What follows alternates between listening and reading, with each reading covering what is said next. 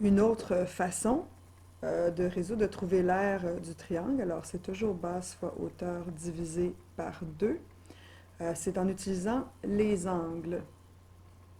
Je pourrais, de la même façon que tantôt, m'abaisser une hauteur ici comme ça, l'abaisser comme ça ou l'abaisser comme ça. Admettons que je reste comme ça. Donc, au lieu d'utiliser l'équation de la droite, je vais avoir la longueur ici de mon segment à l'aide des 2 points. Ensuite, ce que je peux faire, c'est trouver l'angle qui est ici. Alors, si je me trace, il y a plusieurs façons de procéder. Je vais en montrer une ici.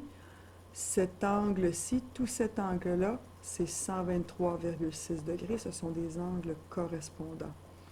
Alors, si à 123,6 degrés plutôt, j'enlève cet angle-ci, je vais me retrouver avec mon angle ici qui sera le même que celui-là. Cet angle-ci, je peux le trouver à l'aide de la règle ici. Je sais que pour chaque variation de 2 en x, je monte de 1. Ça veut dire que je peux me créer un triangle rectangle comme ça ici. J'aurai 1 ici et 2 ici.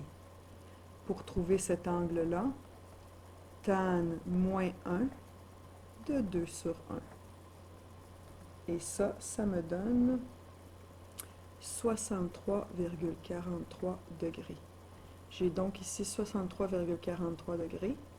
Si j'enlève ça à 123,6, j'obtiens 60,165 degrés. Ce qui veut dire que cet angle-là est le même. Donc, avec la mesure du côté ici, la distance entre 2 points, et de cet angle-ci, avec mon rapport sin, je suis en mesure de trouver ma hauteur. Parce que sin de 60,165 degrés, c'est égal au côté opposé, qui va être ma hauteur, sur la distance entre le point A et le point G. Ici.